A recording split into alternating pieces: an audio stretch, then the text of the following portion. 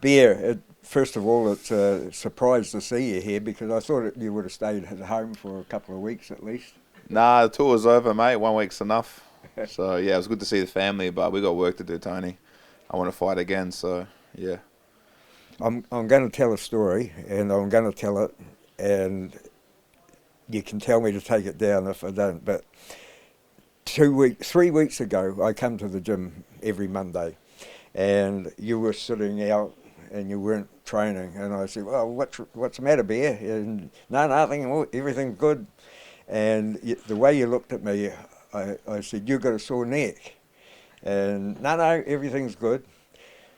The following week, 2 weeks before the fight, I come out. You were in your car, and I come up behind you, and I went like that, and Little hug. give a wee hug, and you jumped up, or you swung around, Yeah. and oh, and I said, "Oh, I'm not that scary," and you said, "No, my ribs." And I said, "Oh, I thought it was your neck. You had Yeah. bad ribs." Yeah. And just a squeeze like Just a that, little pat.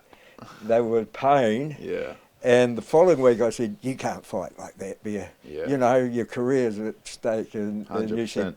"You can't turn opportunities down," you told me. Yeah, brother. That's it. That's right. It was there was a lot of adversity I had to face for this camp. It was a long camp, 20 weeks, a lot of injuries, a lot of hassles, and I just pushed through, and I believed in myself. I just have to get to the fight. I have to get to the fight. And I saw the coaches, they were looking at me, and I could see a bit of doubt and fear. And I just had to stay strong and just believe in myself and go for it, you know. I couldn't, I've never liked pulling out fights. I've done it once before for a serious injury. And yeah, as long as I can walk and throw a punch, I'm good to go. But I couldn't even throw a punch. I couldn't shadow box. Like the last 2 weeks, I was just walking around the gym, doing laps, just thinking about the fight, thinking about what I'm going to do. And ended up getting some treatment done, which helped a little bit. But when I got there, Tony, I tell you what, everything went perfect. The whole camp was horrible, but when it came to fight week, everything just fell into place, and I knew I was going to win that fight, and all the fear, all the doubt left me, and I put on a good show for everyone. You certainly did that before the fight, because you said don't tell anybody, and I Yeah. never mentioned it. But just before the fight started, I said to my son, "Oh, Bear's got big trouble. His ribs are shot." Yeah. And I said, "I think what he'll do, he'll just go out and try and get it over done as quick as possible." Yeah, I mean, look, I wanted to stay in there as long as I could and get some experience, but at the same time, I wanted to get him out of there, and I'm not there to play games and risk it. So yeah, after he got me with an overhand right. It didn't connect, but that woke me up. I'm like, you know what, it's time to go. So I pushed him on the fence, on the cage, and then just went for it. But he was a tough dude. You know, I hit him with some clean shots, some good shots, and he took them. So yeah, props to him. And how was the injury now? Is it Oh yeah, improving? it's improving for sure. I ended up getting a cortisone. That helped a lot. But yeah, look, we're just gonna regroup and get back into training. The foot's feeling better. I thought I broke it, but I didn't, so that's good. And yeah, I'm looking forward to fighting again soon, Tony. So a lot of work to do. I'm just happy to be back home and see everyone. Tell us a bit about the vibe, because you're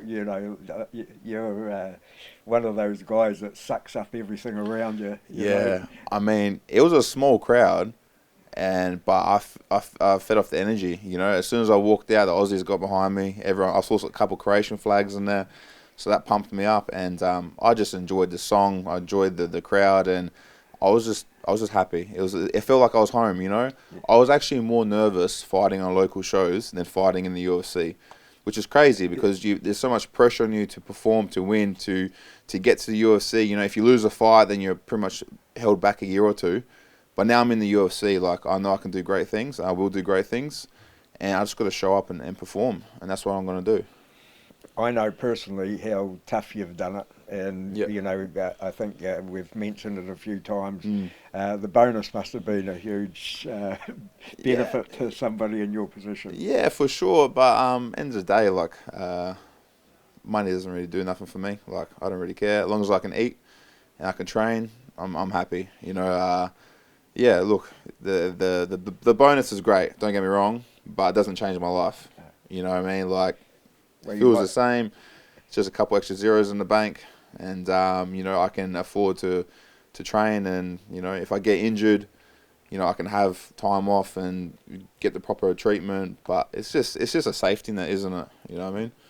And you just got to invest in yourself. So, yeah. you said you might put some of it towards a four-wheeler so you can get out in the bush. Yeah, I love that. Hopefully I can get a car company to give me a full drive, so I don't have to buy one. Because I want to do some fishing, and get out in the bush a little bit. So I'm sick of driving the Yaris. Hurts my back. Bloody. It's a good car, but it's time to upgrade. The other thing, I think we talked off camera last time, and you spoke about your sponsors and everything, and Yeah. that you don't treat your sponsors as a source of income. You treat them as friends, and Oh, they're family. Like, a few of them I didn't know, but after a year of support, mate, they become your family. You know what I mean? And I've turned a lot of sponsors down because the vibe wasn't there. You know what I mean? And like, I want sponsors that can be my friends, that can meet my family. And when I'm fighting for a world title one day, and when I win a world title, I want them next to me there. I want them to experience the championship level, the success, and yeah, I just want to bring them along with me because, mate, it's a lonely sport. You know what I mean? Like, the training is lonely, it's hard, and I really want to enjoy the victories with my loved ones. So I had a lot of people come out. I didn't realise. So after the fight, I didn't check my phone for about 3 months. 4 months maybe, the messages, just some real close friends and family and like sponsors. But there was thousands of messages, and when I started going through them, people were sending me photos of them in the crowd. I was like, that's crazy. They came here, from Europe, from everywhere, all over Australia, from New Zealand. So yeah, very, very blessed, very lucky. So, well, we're very lucky to have you here, mate, and I appreciate it, Tony. appreciate every time you come on Combat TV. Appreciate it, And brother. every time I see you, mate. I remember you called my first fight at in Hamilton, and yeah, bro, it's been a crazy journey. So Yeah, and it's just another step on it. yeah, Plenty more to go. let's go, bro. Good on you, brother. Appreciate it. Oh, Thank you, lovely. so happy. Yeah.